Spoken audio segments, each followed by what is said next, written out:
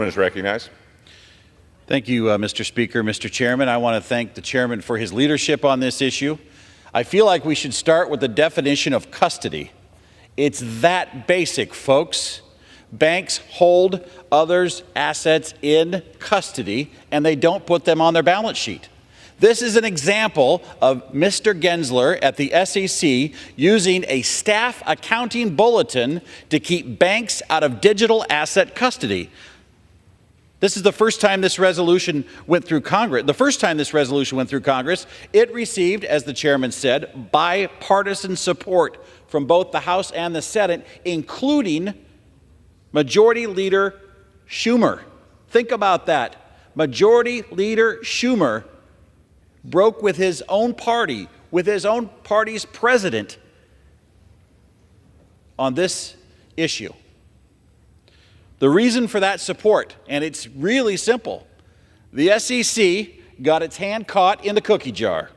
They overstepped in a blatant way that runs contrary to its obligation to protect investors. What is the SEC doing in banking policy? Somebody ask the Federal Reserve, ask the OCC, ask the Treasury Department. Do they think this is right? Look at the testimony in front of the Financial Services Committee.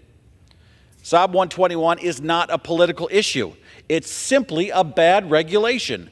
No matter what your feelings are on cryptocurrency, the SEC shouldn't be writing bank custody rules, and they definitely shouldn't be overstepping their authority to do it. And now on this floor today, we hear from the ranking member that there's some private deal with a couple of banks.